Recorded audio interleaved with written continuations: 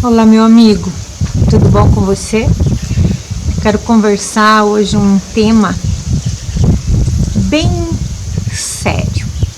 Essa vida, ela nos impõe às vezes algumas situações, algumas tristezas, algumas vivências que muitos acabam desistindo de viver, acabam desistindo de sonhar, entram em depressão. Muitos até mesmo praticam suicídio, tiram a vida. Todos, qualquer pessoa, praticamente todas as pessoas que eu conheço já passaram por situações muito tristes, desesperadoras. Alguns mais, outros menos, mas cada um com a sua estrutura. Alguns viveram coisas mais leves, mas se tivesse vivido coisas fortes como outros viveram, não teriam suportado, porque não tem estrutura. Eu mesma, nas histórias da tia Iva, você pode acompanhar que eu fui uma menininha sapeca, mas eu também tive situações que me marcaram profundamente. Aquele homem que estava trabalhando na calçada, fazendo calçada em volta da casa da minha mãe, quando éramos pequenas, ele me marcou, ele me magoou profundamente, porque ele quis abusar de mim. Como não conseguiu o intento, porque eu falei que ia gritar, ele falou que eu era feia, e isso me marcou, me traumatizou. Essa é uma das situações, de N situações que aconteceram. A separação dos meus pais também foi muito difícil para mim, e outras. Mas algo que eu aprendi desde cedo é desenvolver a resiliência, é acreditar que sempre pode haver uma saída. E esses dias, acompanhando uma live de educação, Regina Chudo convidou Marcos Meyer para participar, para falar de tristezas. E ele falou, ele apresentou e sugeriu uma leitura bem bacana para nós.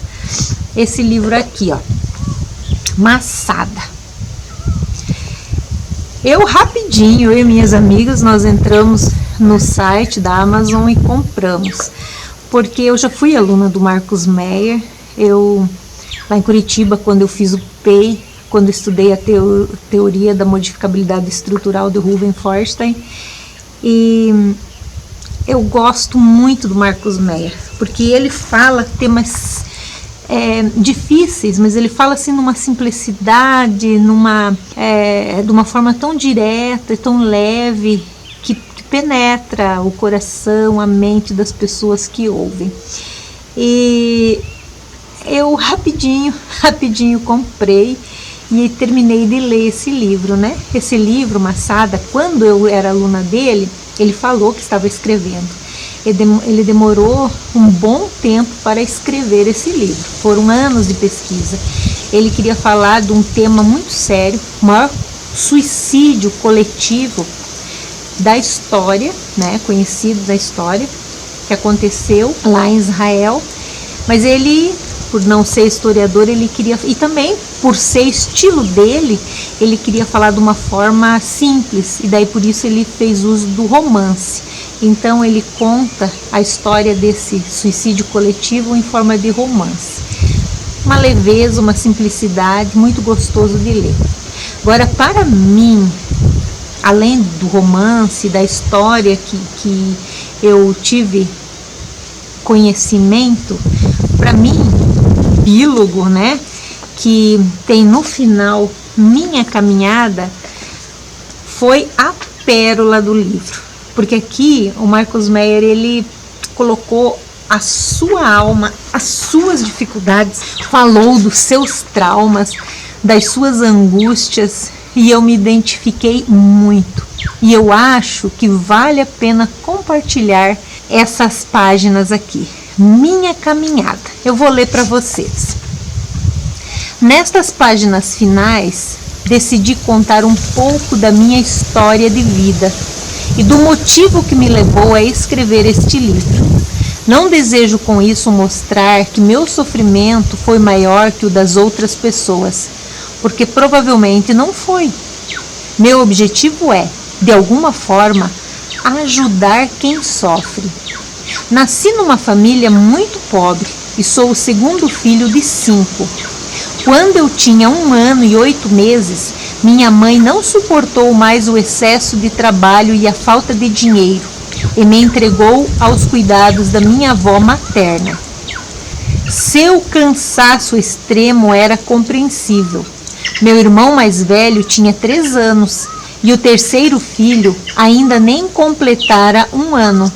Éramos 3 bebês necessitando de cuidados constantes, além de uma enorme carga de trabalho, como cabeleireira e todas as tarefas de uma casa para dar conta. Pelos relatos de minha avó, já falecida, sofri muito no início pela rejeição que sentia ter sofrido. Com o passar do tempo, a rotina na casa de meus avós fez com que eu me sentisse novamente acolhido e amado. Parei de sofrer e comecei a reagir, tornando-me um menino feliz. 1 ano depois, quando as condições financeiras de meus pais haviam melhorado e meu irmão mais velho já estava um pouco mais independente, minha mãe voltou para me buscar. Mas, como eu já estava acostumado com meus avós e quase não me lembrava do convívio com o resto da família, chorei durante todo o caminho no ônibus de volta para casa. Aquilo ficou gravado em minha alma como uma segunda grande experiência de rejeição. E cada vez que aquela sensação avassaladora voltava, era acompanhada de muito sofrimento. Pode parecer exagerado aos olhos de alguém de fora, mas tudo isso é bastante familiar para mim. Qualquer rejeição, crítica ou falta de consideração era entendida por mim como um não quero você, trazendo à tona todas as rejeições anteriores. Para me proteger, aprendi a esconder meus sentimentos e me fechei como um cavaleiro dentro de uma armadura de aço. Evitar o apego era uma forma de não ser rejeitado de novo e nunca mais sentir tudo aquilo outra vez. Então, aprendi a ser frio, a não construir vínculos, a ficar só. Foi nessas ocasiões que a morte se aproximou e me rondou várias vezes, como se quisesse ficar por perto. E então comecei a gostar de fazer coisas arriscadas. Quando eu era adolescente, percebi que ninguém na escola era mais alto ou mais magro que eu. Tornei-me, então, alvo predileto de bullying, sofrendo diariamente agressões psicológicas e até físicas, apenas por ser quem e como eu era. Minhas já antigas companheiras, a rejeição e a dor, tinham voltado com força. Os xingamentos que ouvia eram muitos: perna de vela, vara de catar laranja, espanador da lua. Meu cabelo era arrepiado, urubu branco, mingau, múmia branca, taquara, branquelo azedo e tantos quanto a crueldade e criatividade humana permitiam. Além, é claro, das ameaças: vou te pegar na saída, vamos deixar você pelado para iluminar a cidade, vamos socar a sua cara. Meus amigos mais próximos, que também tinham se tornado alvos fáceis, deixaram de conversar comigo. Você é amigo do urubu branco? Olhem esse coitado, ele vai ficar branquelo como a perna de vela. Foi aí que comecei a sentir que a vida para mim não valeria a pena. E meu objetivo passou a ser parar de sofrer e deixar de me sentir uma aberração. Foi aí que a morte se aproximou de verdade. Andando na beirada da rua, quando um caminhão passava, eu me aproximava ao máximo para sentir a carroceria passar bem rente a mim. Protagonizei também outras situações arriscadas, nas quais por um segundo poderia ter perdido a vida. Naquela época, Tinha aprendido na biblioteca pública a fazer experiências científicas com produtos químicos e, em vez de brincar com os amigos, eu me isolava na biblioteca ou no meu laboratório embaixo de casa. Na escola, uma das pouquíssimas vezes em que tentei dançar numa festa de aniversário, meu convite não foi aceito porque a menina disse que eu era muito alto. A forte sensação de rejeição que me invadiu quase me fez chorar e passar vergonha na frente de todos os que estavam ali. Sofrendo por ser diferente, tentei chamar outra menina depois de uma meia hora e ela me disse que não daria certo, que não conseguiria me abraçar. Mas mesmo assim, preferiram ficar sentadas a dançar com o perna de vela. Doía muito ser excluído. Aquilo me fazia acreditar que ninguém jamais ficaria comigo ou seria meu amigo. Eu seria solitário para sempre. Nada tinha graça, não havia saída. Então, por que continuar vivendo? À noite, no meu quarto, quando deitava na cama, virava de frente para a parede e chorava em silêncio, pois meus irmãos dormiam no mesmo quarto e eu não queria ter de explicar nada. Muitas vezes o sono chegava em meio às lágrimas. Perto dos 14 anos, comecei a me interessar mais pelo tema do suicídio e lia curiosidades sobre a morte em minhas idas à biblioteca.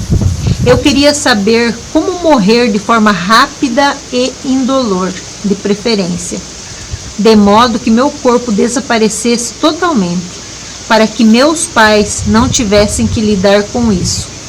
Sou grato a Deus por nunca ter tentado o fato de tirar minha própria vida, já que as ideias para realizar meus intentos tinham começado a ficar muito mirabolantes e com certeza surtiriam efeito. Só muito tempo depois, quando tive filhos, senti que poderia ser amado de verdade, que poderia ser o melhor pai do mundo, que poderia contar histórias e ser admirado por isso. Eu finalmente poderia seguir em frente. Pouco antes de cursar minha primeira graduação, matemática, tive uma experiência única, particular e muito pessoal com Deus. E isso foi determinante na minha vida, porque comecei a acreditar que eu poderia ser transformado, mas ainda esperava a transformação. Depois me formei também em psicologia, curso que me ensinou maneiras de lidar com a dor, a baixa autoestima, o desprezo e a manipulação que os outros maliciosamente faziam dos meus sentimentos. Aprendi a olhar para dentro de mim e perceber que eu tinha valor. Mais tarde fiz especializações nas áreas de educação, formação de professores e criação de filhos, como uma forma de perpetuar meus conhecimentos e de agradecer a Deus pelas transformações que estão ocorrendo comigo. Aos poucos, desenvolvi um jeito de ensinar às pessoas como dar significado à vida, mesmo em meio ao sofrimento e não apesar de sofrer. Aos 39 anos, decidi fazer um curso em Israel e acabei tomando conhecimento sobre o grande educador e psicólogo judeu Reuven Feuerstein e sua história. Com ele, aprendi que a qualidade das interações pode transformar vidas e comecei a pesquisar, aprofundar e aplicar todo esse conhecimento nos temas ligados às minhas palestras a professores e pais. Nessa época, senti que o verdadeiro amor ainda estava me aguardando, que tinha enfim me tornado merecedor dele. Admitir isso ainda era muito novo para mim, mas foi um dos primeiros passos para a mudança interior. Ainda em Israel, tive a oportunidade de visitar alguns lugares históricos. E numa dessas ocasiões, o casal de amigos Márcia Mancion, que seu esposo, o israelense David Ron Sasson, me levou para conhecer Massada. Era verão, e o sol trucidava qualquer ânimo de andar e visitar todos os edifícios e ruínas do lugar. Mas foi ali que através do David e do discurso animado de um guia turístico, que eu soube que aquela montanha fora testemunha de um dos suicídios coletivos mais impactantes da história. Estremeci. Um filme da minha vida inteira passou na minha mente. Afinal, o suicídio tinha voltado a conversar comigo, mas sob uma nova roupagem. Não da forma como eu buscava, com o desejo ou a curiosidade que eu sentia pelo tema, mas como fonte de conhecimento para que eu pudesse retribuir às pessoas o presente que tinha recebido de Deus, a vida. Eu, que antes pensava que a vida não fazia sentido, ansiava por torná-la cada vez mais plena e passar essa mensagem adiante. Sonhava todos os dias em poder explicar ao mundo que o significado da vida não vem depois do sofrimento, mas com ou sem ele, ou seja, independentemente da profundidade da nossa dor. Depois daquele verão, em 2000, comecei a pesquisar sobre suicídio de forma mais científica e responsável. Li muito sobre Masada, sobre os judeus e sua história, sobre os romances e sua sanha por ampliar seus domínios. Fiquei abismado ao perceber que quase ninguém no Brasil sabia sobre esse fato tão importante na história da humanidade. Um tapa na cara da morte. Um grito de liberdade, de honra e de glória, de um povo que não desistiu de lutar pela vida. Um aviso de jamais permitir que sua liberdade seja tolhida, sua honra seja desprezada, ou sua glória, como povo, seja aviltada. Com minhas pesquisas percebi que aquilo podia ser aplicado à vida de cada um de nós. Nenhum ser humano deveria permitir que sua liberdade, sua honra, seu valor e seus princípios estivessem nas mãos de outra pessoa. Compreendi que a dor a nós infligida não pode justificar a ausência de sentido, a impossibilidade de sonhar com um futuro mais digno. Nenhuma pessoa tem o direito de nos tirar o significado da vida, seja o chefe, um amigo, cônjuge, um professor, um político, um parente ou ainda um agressor. A manipulação é uma forma de domínio inescrupuloso.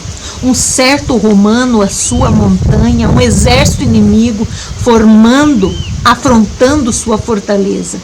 É preciso encontrar uma forma de acabar com essa profunda falta de vontade de viver, com essa ausência de significado. Acreditem, é possível. A essa altura, começava a me sentir digno de ser amado integralmente, de conhecer a sensação de ser admirado, desejado e honrado. Aprendi que isso não se conquista sem luta, sem persistência, sem sofrimento ou sem buscar sua essência com o mais profundo de sua alma. Nunca almejei que minha caminhada servisse de modelo para alguém, mas com ela eu aprendi que a vida vale a pena, que é preciso lutar até o fim e buscar dia a dia, minuto a minuto, um sentido.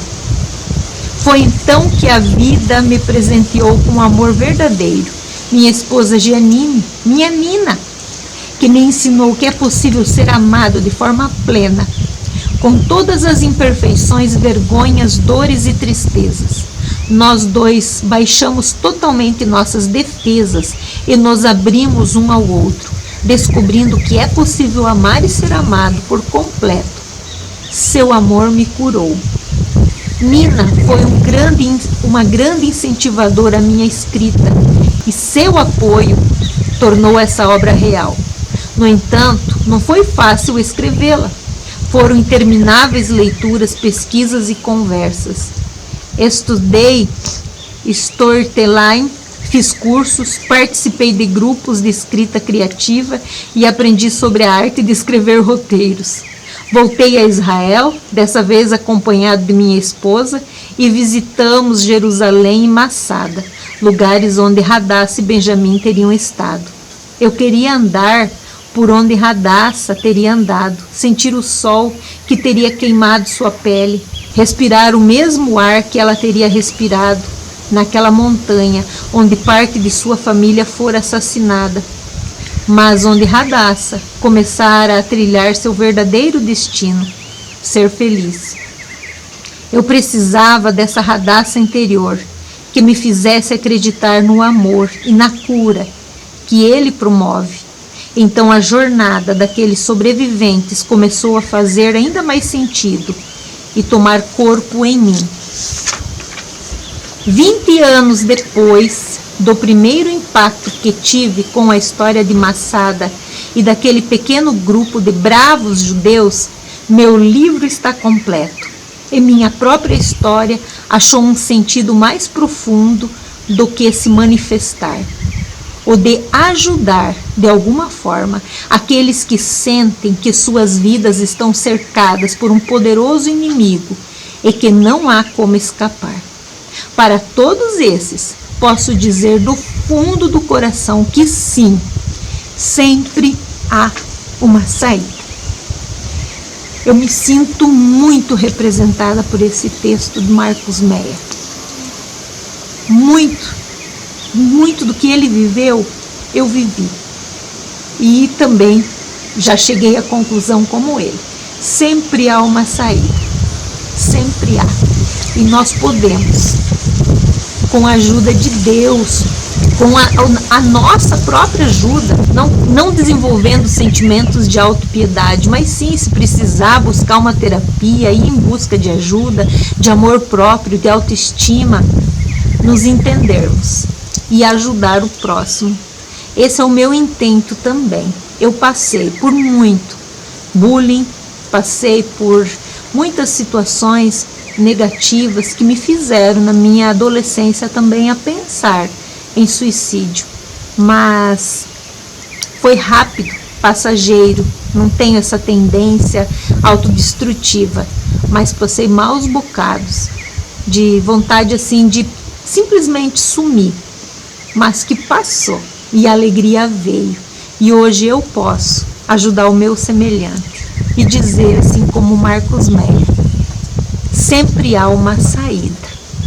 Obrigada, Marcos, por contribuir um pouquinho mais com um sentimento que já desenvolvi em mim. Obrigada, amigo, por você ter acompanhado. E se você gostou, deixa aí um joinha e compartilhe com alguém que de repente esteja precisando dessa injeção de ânimo. O suicídio, ele até tem um mês específico, mês de setembro, para ser trabalhado, porque é muito alta a taxa. Nós precisamos ajudar o nosso semelhante que possa estar pensando nessa possibilidade, ajudar a ele também pensar, desenvolver, ter em mente que sempre há uma saída, que a vida ela pode vencer sim. Grande abraço.